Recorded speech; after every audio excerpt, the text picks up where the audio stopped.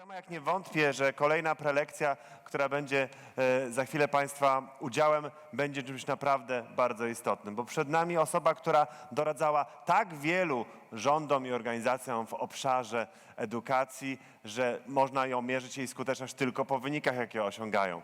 Doradzał m.in. rządom Wielkiej Brytanii, Malty, ale też Finlandii, która może się poszczycić bardzo wysokimi osiągnięciami w tym obszarze. To emerytowany główny nauczyciel i wieloletni inspektor szkolny w Wielkiej Brytanii. Jest entuzjastą edukacji, ale przede wszystkim entuzjastą edukacji, która ma kształcić demokratyczne społeczeństwa. Autor The Hannam Report, The Impact of Citizenship Education, pan Derry, Hannam, wykładowca i entuzjasta edukacji. Thank you. When I was at Luton Airport yesterday, there were severe gales, and on the board, the departures board, there was Copenhagen, cancelled, Paris, cancelled, New York, cancelled, cancelled, cancelled, cancelled, Wizz Air, Gdansk, go to gate 23. I thought, oh God, I've got to go. I was very nervous of this because I was asked to have some ideas of your own, but listen very carefully and try to include some of the other ideas of the speakers into what you say. And I thought that'll be easy because I don't speak Polish and most of it will be in Polish. But unfortunately, the translation has been superb and some of our presenters have spoken in English, so I can't escape. Also, I gave the organisers the title of my talk and I forgot what I said it was. So when I look at the programme, I can't understand the title of my talk. So I don't know what I'm going to talk about, but I can see the word in there somewhere. Creativity, that sounds good word, I can talk about that. And I can see the word depression, that's a bad word, I can talk about that. And then I see the word school, so it's okay. I'm okay. Creativity, depression, school. Here we go. Okay.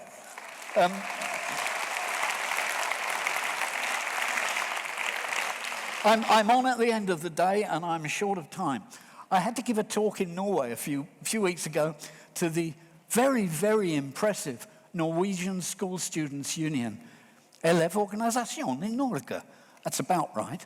And I was supposed to talk about democracy and education, and my talk was at the end of a long day, like this one. So I thought, I know what I'll do. Every time I say the word democracy, I said, go, hallelujah. What I forgot to do was to check how many times I used the word. I had the word 222 times in my talk, so a 20-minute talk lasted 6 hours. I thought I'll try it here, but maybe hallelujah when I say the word learning, but no, it's too dangerous. Somebody said to me, why don't you ask them to go hallelujah every 19th time you use the word? But I thought, people can't count, so we'll end up with people going hallelujah all the time. Look, I've loved listening to the speakers, but am I right? There's a disconnect, isn't there, between this conference and the reality of almost all children in most schools today. The kids at school today. I was a head teacher, I was a teacher and a head teacher for 20 years in a high school and an inspector for 10 years. And I came to the sad conclusion that it's almost impossible to stop kids from learning, but schools manage it somehow.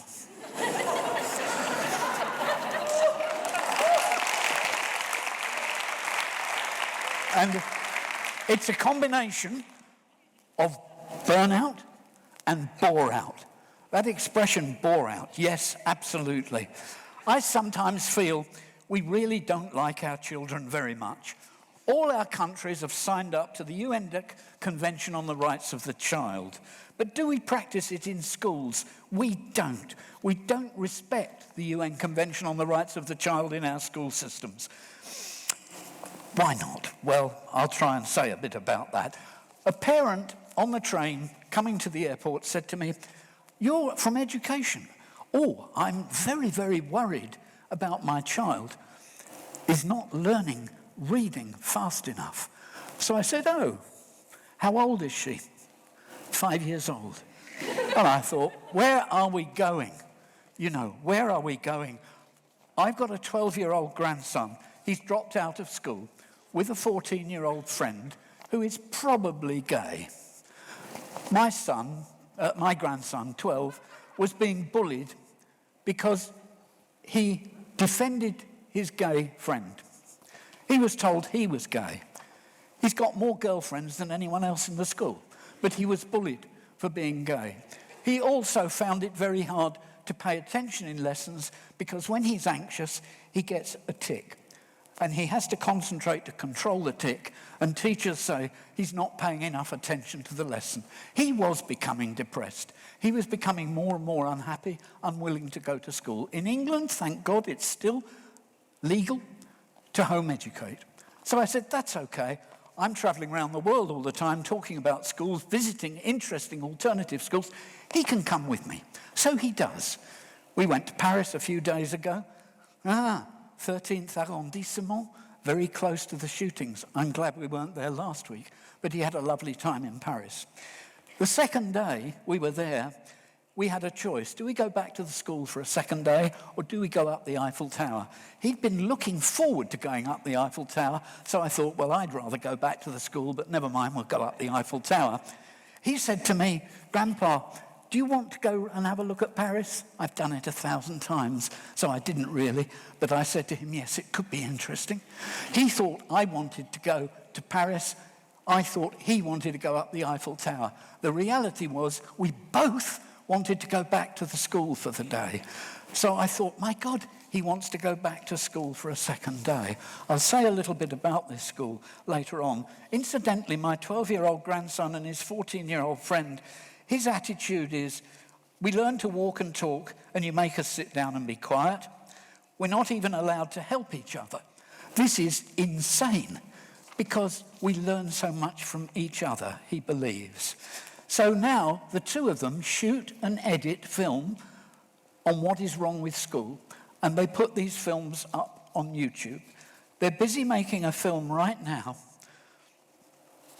that they want to send. Somebody told me the name of this company. American company that makes virtual reality films for doctors to practice operations with a headset on. But they're making a film to send to this company to say, would you please make some stuff for home-educated children and also for kids in school? I was very interested in what was said this morning, the possibility of teachers starting companies and the possibilities of students. And I seriously think my grandson Elwood might become one of these kids to start his own virtual reality company. I'm going to suggest it to him when I get back. When I said I was going to meet people from Finland who were involved in Angry Birds, his 10-year-old brother said, get their autographs, please, get their autographs. Angry Birds, fantastic. Anyway, we're forcing knowledge into kids' heads through intimidation and fear of failure in the test. Though we have no idea what they'll need to know in a fast-evolving future. I don't think we can predict what's going to be needed in 30 years' time. I really don't. I think we've got to have kids who know how to deal with change and who can learn how to learn. We're not encouraging them to play. We're taking away playtime in my country. They're not learning how to learn. They're not learning to ask their own questions and develop their own purposes, to follow their curiosity wherever it leads, to enjoy the intrinsic motivation, to think for themselves, to collaborate, to communicate, to become expert in what interests them, to follow their star, etc., etc.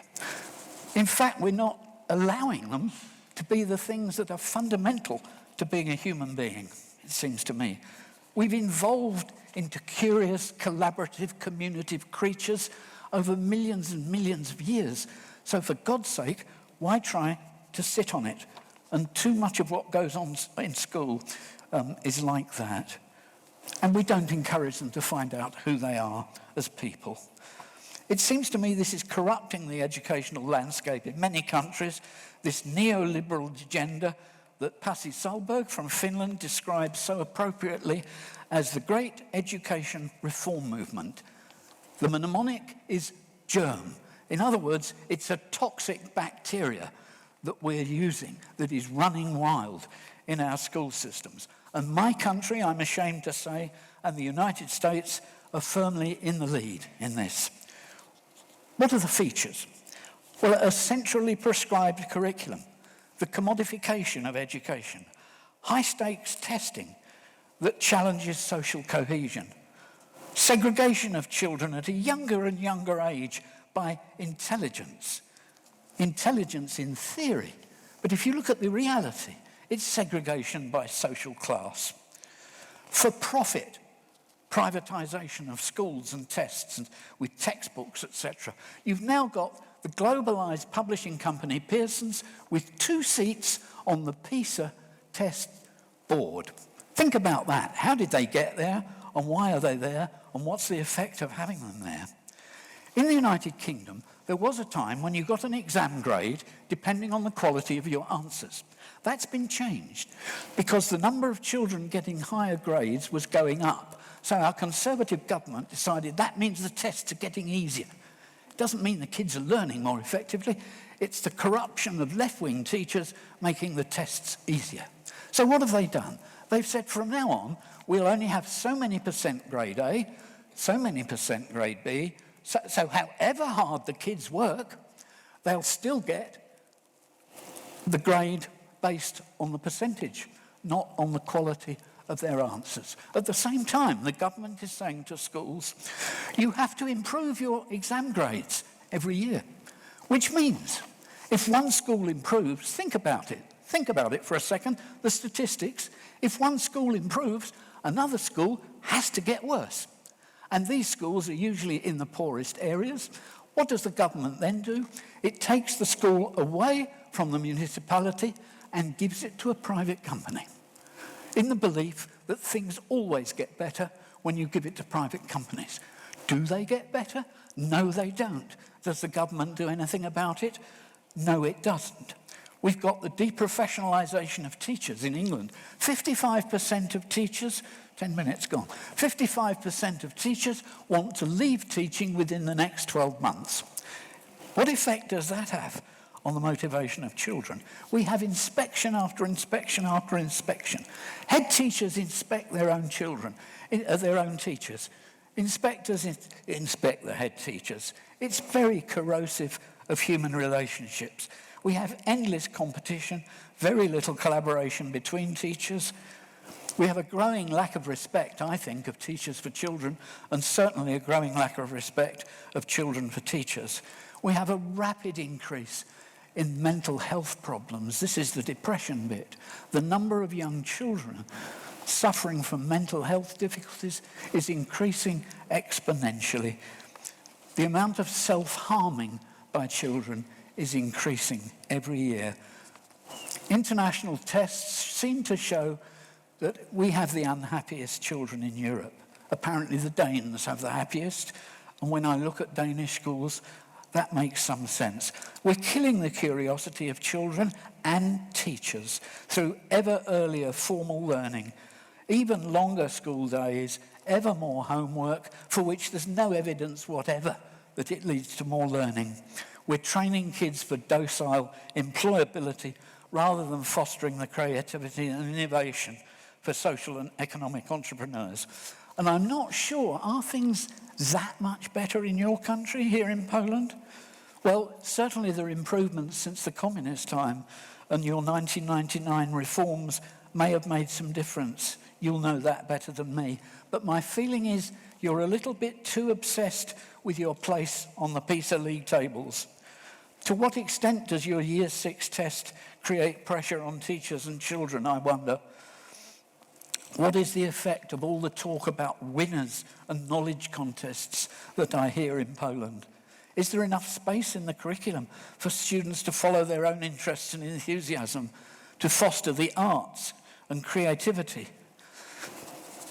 I was at a conference near Warsaw in August, I think it's why I'm here, and I met a lot of parents who are unhappy about the pressure on children in this country, who are looking for alternatives. In Spain, I go to a lot of countries. In Spain, there's a lot of lip service in national documents about innovation and entrepreneurialism, and yet 200,000 Spanish parents have signed a petition. I think it's 38 degrees. You'll find it on the internet. Just as I left, the 225,000th signature went on the petition to slim down the curriculum and to reduce homework for Spanish kids. Spanish children at the age of 8 are now doing 7 or 8 hours homework a week, which is absolutely insane, in my opinion. All my years working in state schools, compulsory schools, I've faced a dilemma. Coercion, what would that word be? Does that translate? Coercion? Making kids do stuff, forcing them to do stuff, threatening them to do stuff. And learning are not really compatible. There's a conflict between coercion and learning.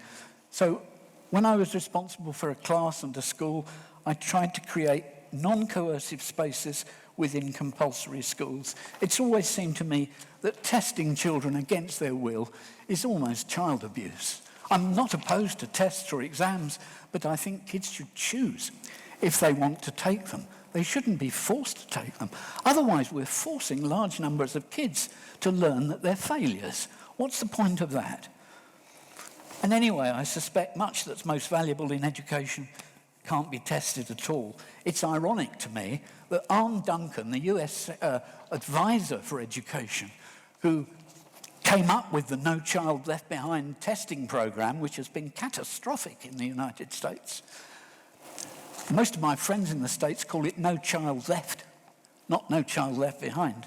And Obama's new advisor, who's come up with something else, what's it called? Every Child Achieves. It's no better. These people, Arne Duncan sends his own kid to a small democratic school, the University of Chicago Laboratory School, that was started by John Dewey in about 1910, where the kids make the decisions democratically. There's great emphasis on arts teaching. There are small classes, and there's no standardized testing till 14. That's what he does for his own kids, but he creates No Child Left Behind, this vast, very profitable for the publishers of tests, disastrous scheme. When I was at school, learning about democracy and human rights, there's a joke coming, lighten the atmosphere a bit, learning about democracy and human rights was a bit like, I called it reading holiday brochures in prison. Not a lot of point unless you were about to escape or you'd nearly finished your sentence. It's ironic, I'm sorry to come back to it because we heard a lot about it this morning, and I'll go through a quick list of how ironic it is that Finland does so well. Finland, the motto is, less is more. In England and the United States, and maybe here, it doesn't work, so let's have more of it.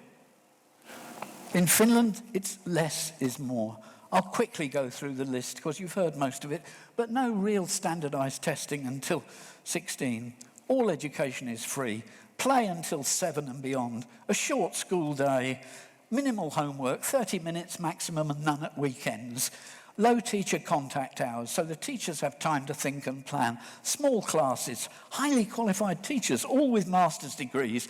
Young people of the highest caliber queuing up to train as teachers, and only a small proportion of them make it. I wish it was like that in England.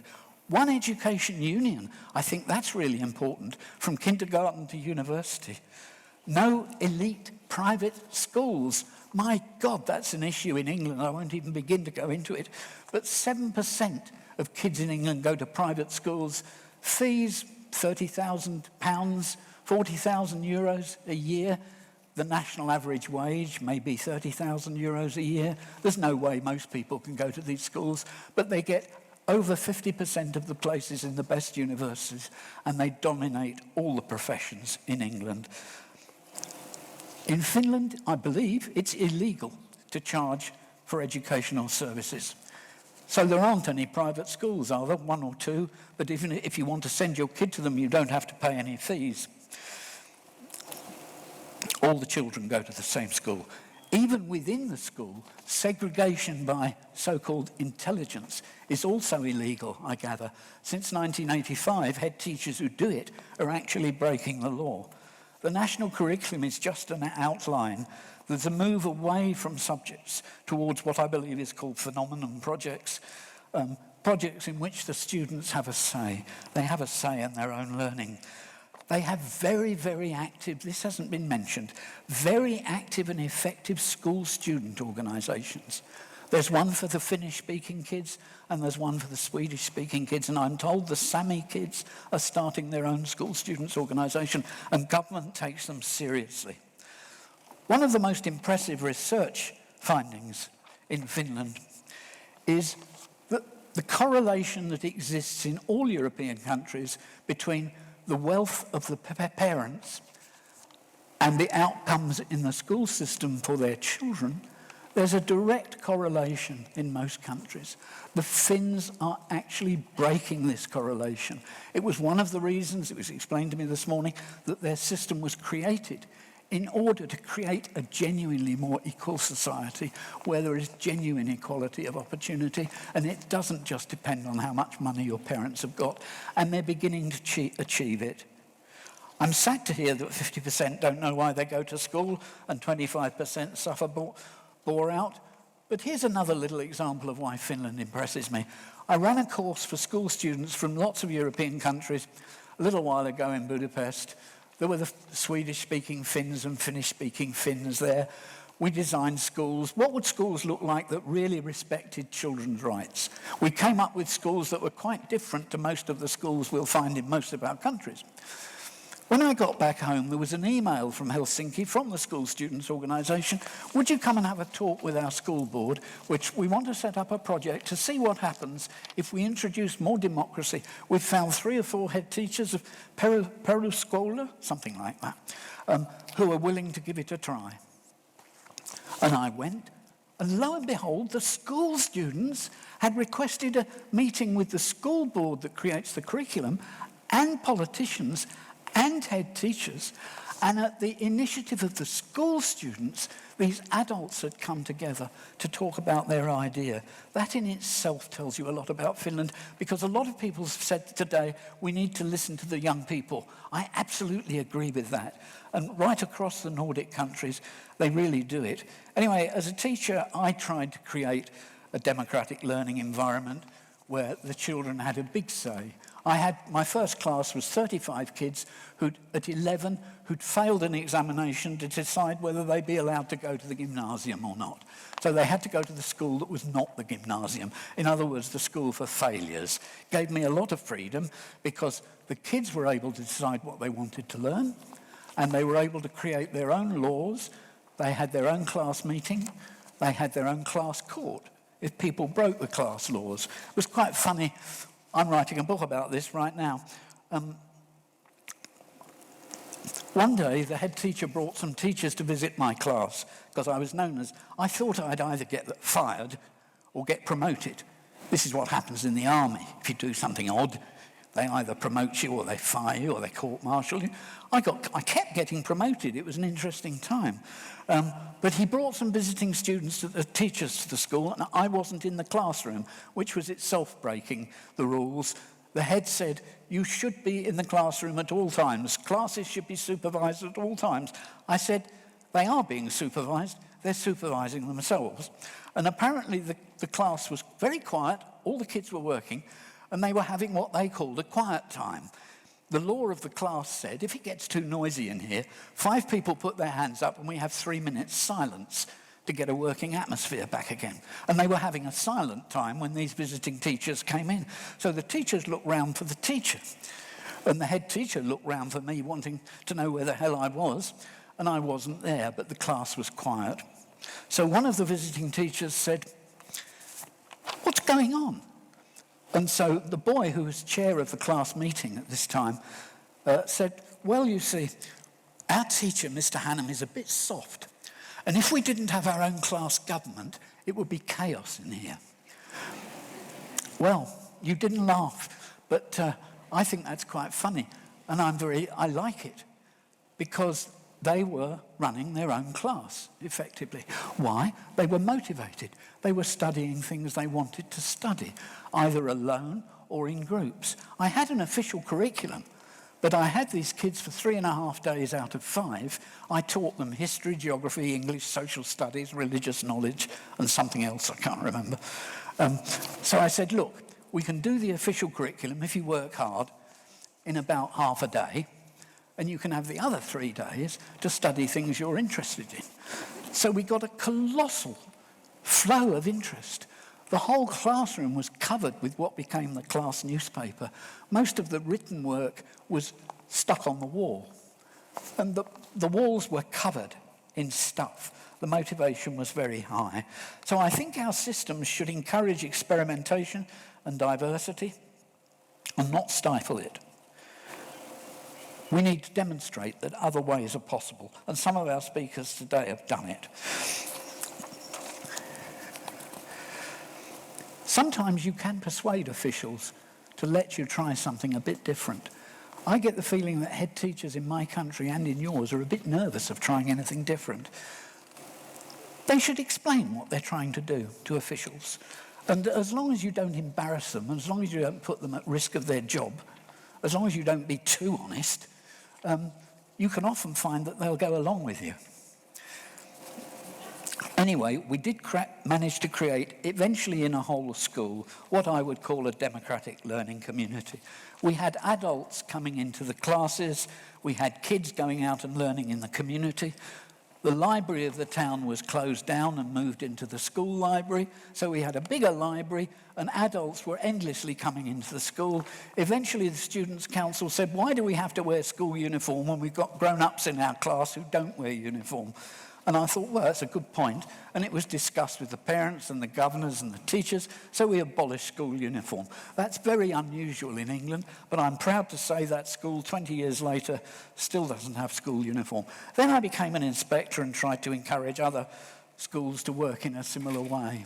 Not with much success, I have to say, because the government was more powerful than I was. So what do we do? Are there signs of progress? Well, there are. We've heard some lovely stories today.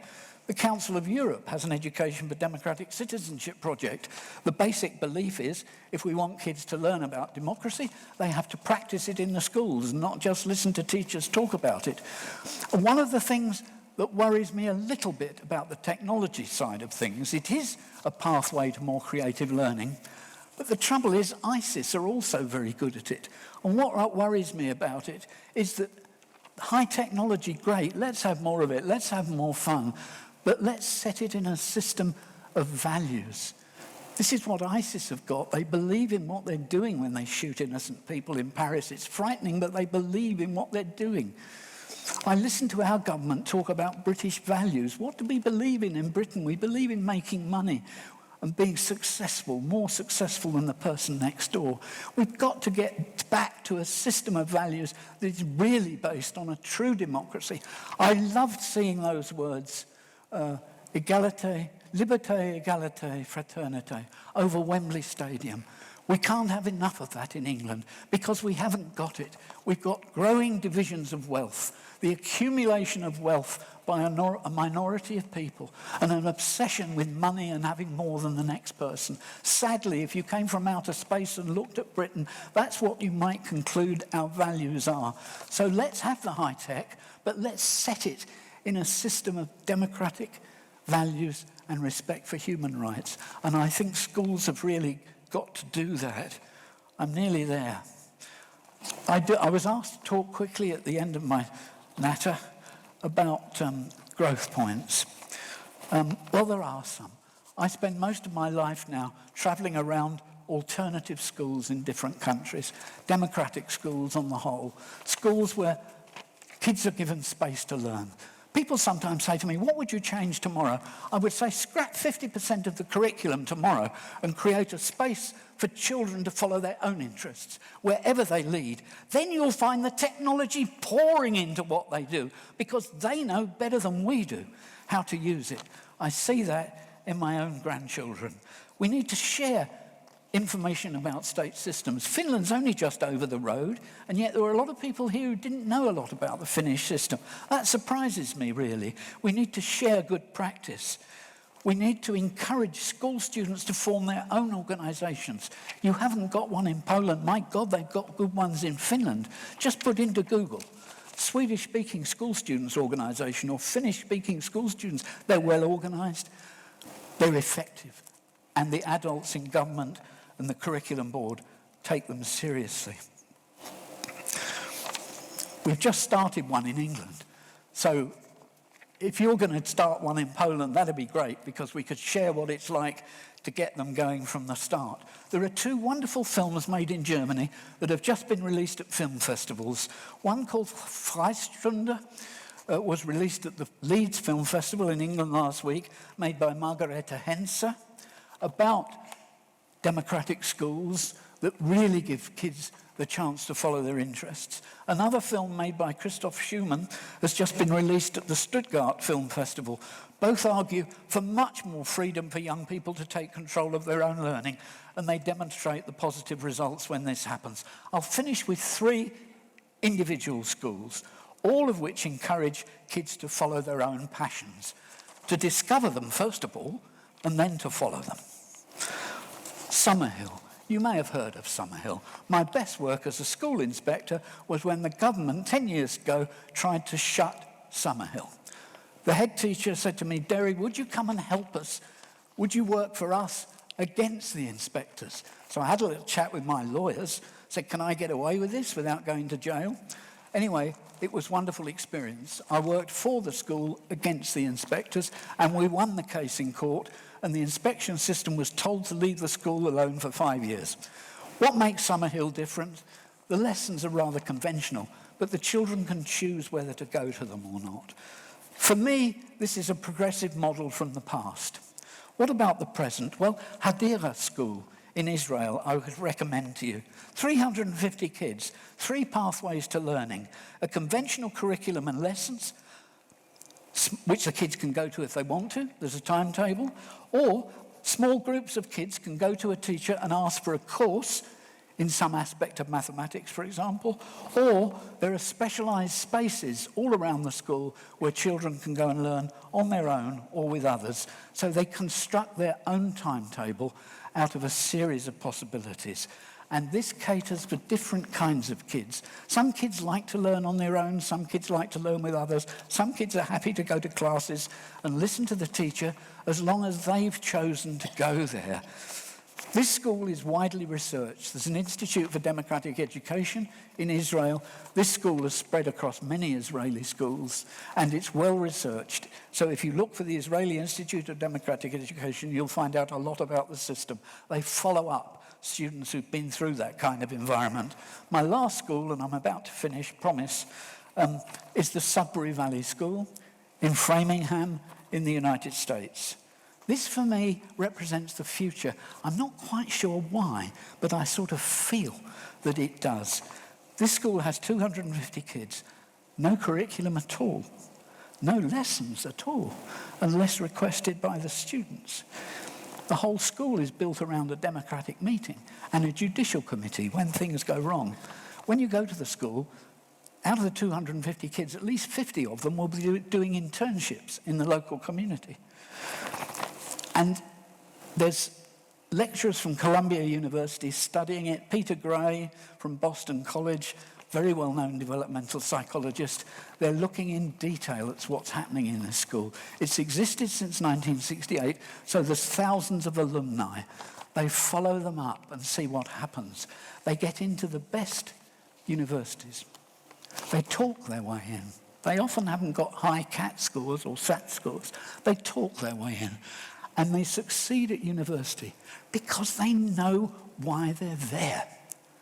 They've learned to manage their own learning, find their own interests, and follow them passionately. When I first went to this school, I was still an inspector, and I was a bit nervous. No lessons. They're just going to hang out all day. But the follow-up is very impressive. There's a lot of research into what happens to these kids. So I'm not sure why, but I have a feeling that this might represent the future. It's interesting to me that entrepreneurs around the world are looking at this model. Ricardo Semler of Semco in Brazil has created a Sudbury Valley type school. I met some business people in Switzerland a few weeks ago who are funding a similar school in Basel. In Slovakia, the guy who started the youngest bank, he was 22 years old when he started it, with a friend who started an airline. They've made a lot of money. They're only 30. They are funding a Sudbury Valley model school. And this is interesting to me. It's catching the eye of entrepreneurs. And I think this is why I feel it's probably the future. My last word. I don't agree, thank God, that young people are no longer rebellious. It pleases me to no end to see all the young people in the Occupy movement, the Scottish National Party arguing for independence to get away from the awful class system of England and our hostility to Europe. Tens of thousands of young people were involved in the Scottish National Party. They are rebellious, I'm glad to say. Syriza in Greece and Podemos in Spain are full of young people. And the resistance to the authoritarian government in Hong Kong, the resistance is coming from young people. I only hope in Paris next week, when the climate change talk starts, I wish we'd got more young people there who'd really learn to challenge authority and really learn to do their homework.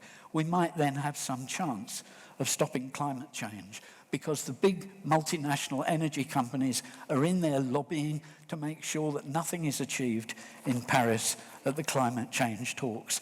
So we desperately need more of the innovation that's been discussed today, and we need it quickly.